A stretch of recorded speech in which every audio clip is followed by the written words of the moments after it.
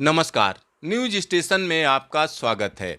इस समय की एक बड़ी खबर है। बड़ी खबर यह है कि मानसून ने भारत में दस्तक दे दी है। भारत के अंडमान निकोबार आइलैंड में मानसून पहुंच गया है और इसकी घोषणा भारत मौसम विभाग ने कर दी है।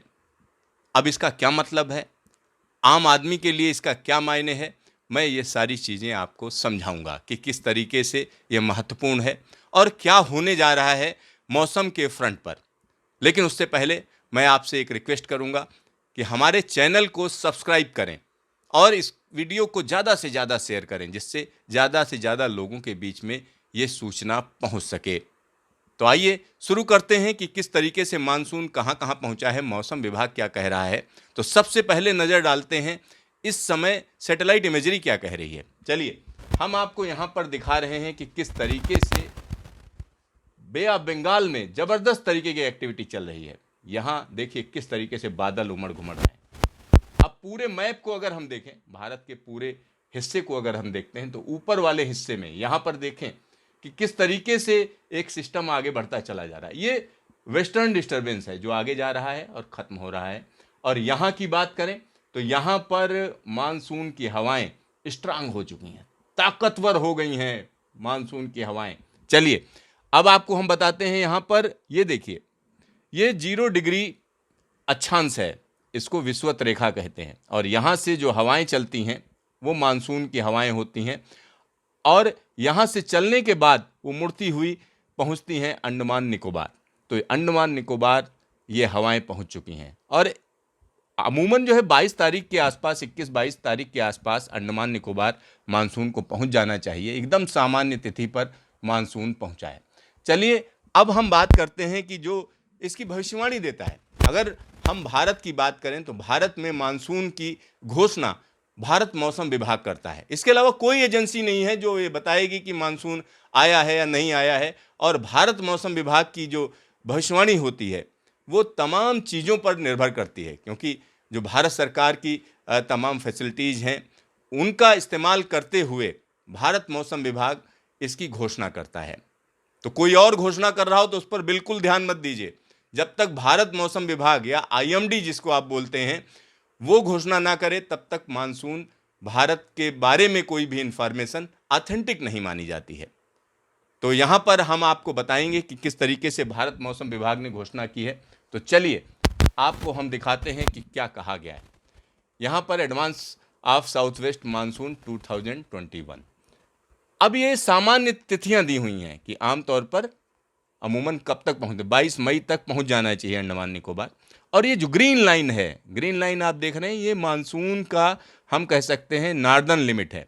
मतलब इस लाइन के इधर मानसून पहुंच चुका है। अब किन किन जगहों पर, तो यहां आप देख सकते हैं south east of the Bay of Bengal, यहां पर मानसून आ चुका है।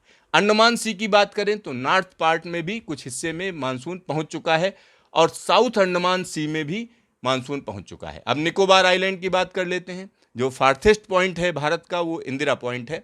वहां से लेकर हम कह सकते हैं कि एक बड़े हिस्से में अंडमान निकोबार के द्वीप समूह में, खासतौर पर निकोबार के द्वीप समूह में मानसून पहुंचने की घोषणा मौसम विभाग ने कर दी है। जब मानसून की बात होती है तो अमूमन लोगों को लगता है केरल कब मानसून पहुंचेगा, और केरल मुख्य भूमि का हिस्सा है, इसलिए ये माना जाता है जब केरल मानसून पहुंचता है तभी राहत मिलेगी। लेकिन इस बार अगर हम बात करें तो मई का महीना काफ़ी ठंडा रहा है। पहले अरब सागर में एक साइक्लोन आ गया, अब बे ऑफ बंगाल में भी एक साइक्लोन आने जा रहा है। मतलब दो साइक्लोन, यानी और दोनों समंदर में, अरब सागर में भी और बंगाल की खाड़ी में भी। कई लोग कह रहे हैं कि मानसून पर इसका असर पड़ेगा, यानी जो ये सिस्टम है इसकी वजह से मानसून खराब हो जाएगा। तो इस तरीके की बात नहीं है। भारत मौसम विभाग के जो वैज्ञानिकों से मैंने बात की तो उनका कहना है कि मानसून कोई छोटा सिस्टम नहीं है, ये ग्लोबल सिस्टम है। और यहाँ के जो साइक्लोन है वो लोकल हैं, एक तरीके से ग्लोबली तो अफेक्ट होते ही हैं, लेकिन उसका मानसून पर बहुत बड़ा असर नहीं पड़ता है। असर पड़ता है क्योंकि बे ऑफ बंगाल में जब कोई कम दबाव का क्षेत्र बनता है या साइक्लोन बनता है तो मानसून को आगे बढ़ाने में मदद करता है, उसको कमज़ोर नहीं करता है। तो लिहाजा अब मानसून बहुत तेज़ी से आगे बढ़ेगा। चलिए हम आपको आगे की स्थिति बताते हैं कि मौसम विभाग ने क्या कहा, अपनी रिलीज में क्या कहा उसने। तो यहाँ आप देख सकते हैं advance of south west monsoon into some parts of the south bay of Bengal, south Andaman sea, Nicobar island, some parts of the north Andaman sea, जैसा मैं बता रहा था वहाँ पहुँच गया है। और एक और चीज़ बड़ी कही है, लो प्रेशर एरिया कहाँ, 22 मई तक अंडमान सागर में लो प्रेशर एरिया बनेगा जो कि साइक्लोन में तब्दील हो जाएगा। तो ये एक बड़ी घोषणा है। साथ ही साथ वार्निंग भी दी है मौसम विभाग ने अंडमान निकोबार आइलैंड के लिए, light to moderate rainfall at most places with heavy to very heavy fall at isolated places during 21 to 23 में, यानी 21 से 23 मई के बीच में अंडमान निकोबार आइलैंड या अंडमान निकोबार द्वीप समूह में जो लोग हैं उनको सतर्क रहना पड़ेगा। मॉडरेट रेन तो होगी, चलती रहेगी क्योंकि मानसून आ गया है, लेकिन कई जगहों पर भारी से बहुत भारी बारिश भी हो सकती है क्योंकि पास में एक सिस्टम बन रहा है जिसका असर पड़ेगा।